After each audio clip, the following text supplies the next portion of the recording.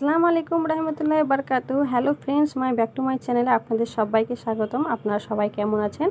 আশা করি আপনারা সবাই ভালো আছেন। আমি আল্লাহর রহমতে ভালো আছি। আজকে চলে এসেছি নতুন একটা ব্লগ ভিডিও নিয়ে। আপনারা পুরো ভিডিওটা দেখবেন, খুব ভালো লাগবে। টেনে টেনে কেউ ভিডিওটা দেখবেন না, পুরো সম্পূর্ণ ভিডিওটা দেখবেন। আমি এখান থেকে সকাল থেকে স্টার্ট করলাম চা খাওয়া থেকে। এখানে আমি ব্রেড নিয়েছি, পাউরুটি দুটো নিয়েছি, তারপর টোস্ট নিয়েছি, প্যাটিস নিয়েছি, এগুলো নিয়েছি। চা দিয়ে খেতে খুব ভালো লাগে। আমি আমার ছেলে দুজনে বসে পড়লাম চা খেতে। তো এখানে পাউরুটি দিয়ে আজকে চা খেয়ে নেব, আর কিছু করব না। আমি আর আমার ছেলে দুজনে পাউরুটি দিয়ে চা খেতে বসে গেলাম। তো অনেকে ভিডিওতে কি করে লাইক দিতে ভুলে যায়, তাই আপনাদেরকে বলছি। ইচ্ছে করে কেউ হয়তো করে না, ভুলে যায়।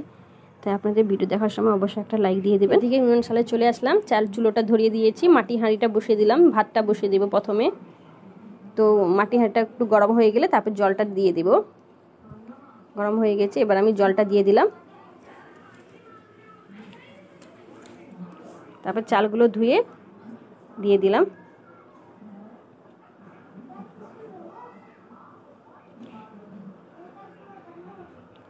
এদিকে ভাত রান্না হয়ে গিয়েছে। তারপরে আমি সেই কুরবানি মাংসগুলো ছিল, সেইগুলো চর্বির মধ্যে আমি এইভাবে জড়িয়ে রেখেছিলাম।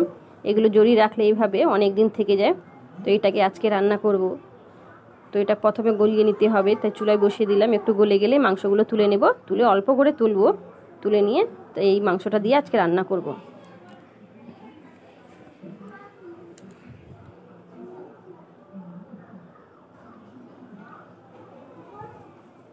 গলে গিয়েছে, এতটাই আমি মাংস তুলব।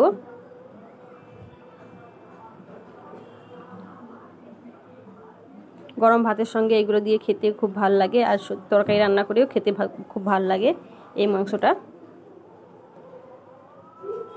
যখন বাড়িতে কিছু না থাকে তো আমি এইভাবেই রান্না করি তুলে।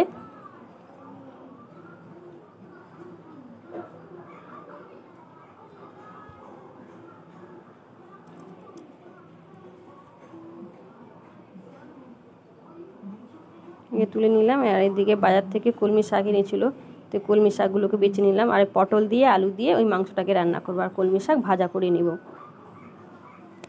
তো এদিকে আমি আনাজগুলো সব কেটে নিয়েছি। পটলগুলোকে এইভাবে কেটে নিয়েছি, আলুগুলোকে এইভাবে ডুমো ডুমো করে কেটে নিয়েছি, আর শাকগুলোকে আমি বেছে নিয়েছি। তো এবার আমি রান্না করতে বসাবো। প্রথমে আমি পটলটা ভেজে নেব। আলু আর পটলটা হলুদ আর লবণ দিয়ে ভেজে নেব।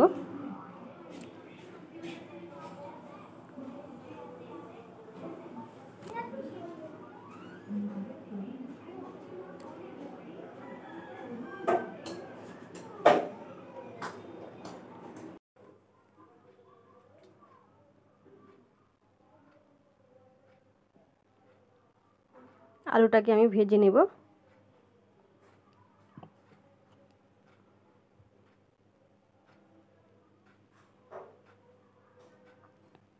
আলুটা আমার ভাজা হয়ে গেছে, এবার আমি আলুটাকে তুলে নেব। লাল লাল করে ভেজে নিয়েছি।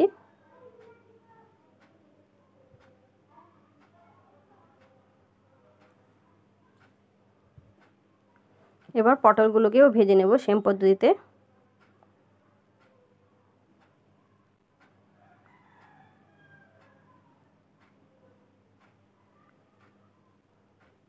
এভাবে ভেজে রান্না করলে খুব ভালো লাগে খেতে। পটলটা আমার ভাজা হয়ে গেছে, এবার সব তুলে নেব।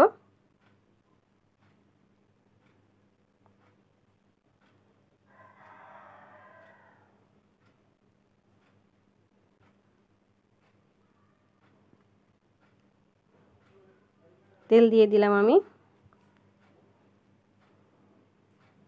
পেঁয়াজ কুচি দিয়ে দিলাম,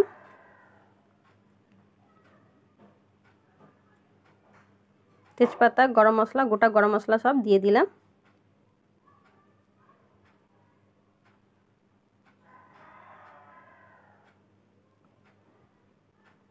পেঁয়াজটা যখন লাল হয়ে গেছে তার মধ্যে আমি আদা রসুনের পেস্ট একটু দিয়ে ভালো করে ভেজে নেব। আদা রসুনের কাঁচা গন্ধটা যেন না থাকে। একটু নাড়িয়ে নিলাম। নাড়িয়ে নেওয়ার পর হলুদ পাউডার দিয়ে দিলাম, লঙ্কা পাউডার দিয়ে দিলাম, দিয়ে একটু ভেজে ভালো করে তারপরে আমি জল দিয়ে দিলাম। হলুদ পাউডার, ধনিয়া পাউডার, পরিমাণ মতো সব মশলাগুলো আমি দিয়ে দিলাম। ভালো করে মশলাটাকে কষে সে ভেজে রেখেছিলাম আলু আর পটলটা দিয়ে দিলাম, দিয়ে ভালো করে কষে নেব। ভাজা ধনিয়া পাউডার দিয়ে আরেকটু আমি কষে নিলাম। তারপরে যে মাংসটা তুলে রেখেছিলাম সেই মাংসগুলোকে দিয়ে দিলাম, দিয়ে আরেকটু আমি কষে নেব। মাংস তো আমার আগে থেকেই সেদ্ধ আছে, তাই আমি আগে সেদ্ধ করলাম না, উপর থেকেই দিয়ে দিলাম। তারপরে অল্প আমি জল দিয়ে দিলাম।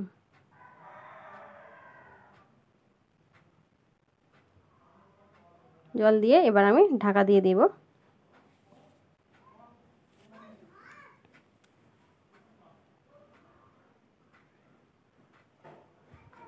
লবণ কম ছিল, তাই আরেকটু লবণ দিয়ে দিলাম।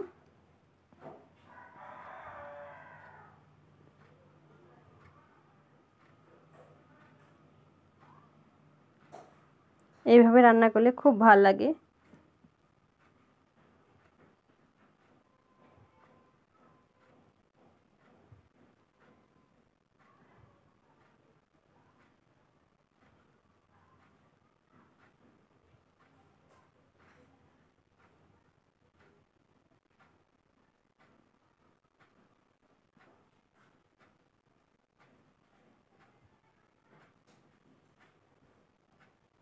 সব সেদ্ধ হয়ে গেছে, একটু ঝোল রাখবো।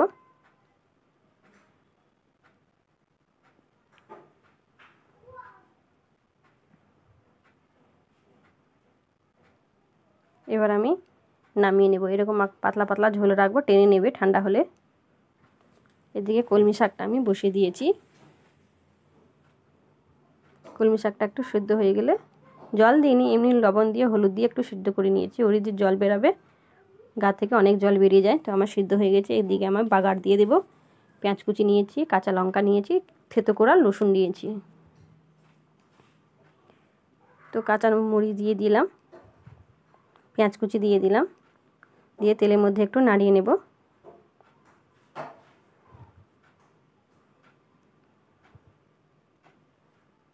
একটুকু পেঁয়াজ ভাজা হয়ে আসলে তখন তার মধ্যে দিয়ে দেব থেতো করা রসুন একটু ভেজে নেব, ভালো করে একটু ভেজে নেব।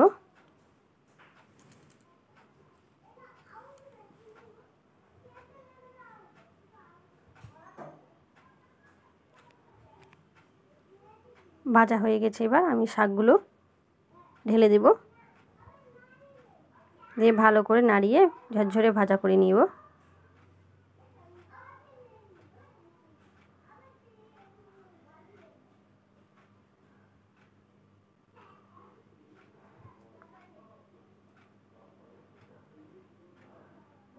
এইভাবে শাক ভাজা করলে খুব ভালো লাগে খেতে।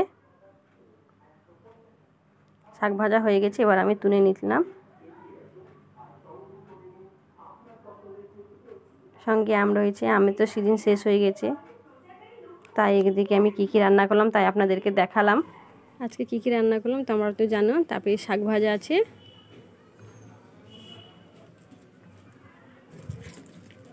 তরকারি কালারটা দেখো বন্ধুরা কত সুন্দর হয়েছে। এইভাবে রান্না করলে খুব ভালো লাগে খেতে। আজকে আর বেশি কিছু রান্না করলাম না। জানি না এতটা অবধি ভিডিও কারা দেখেছে, যাদের দেখেছে তাদেরকে অনেক অনেক ধন্যবাদ।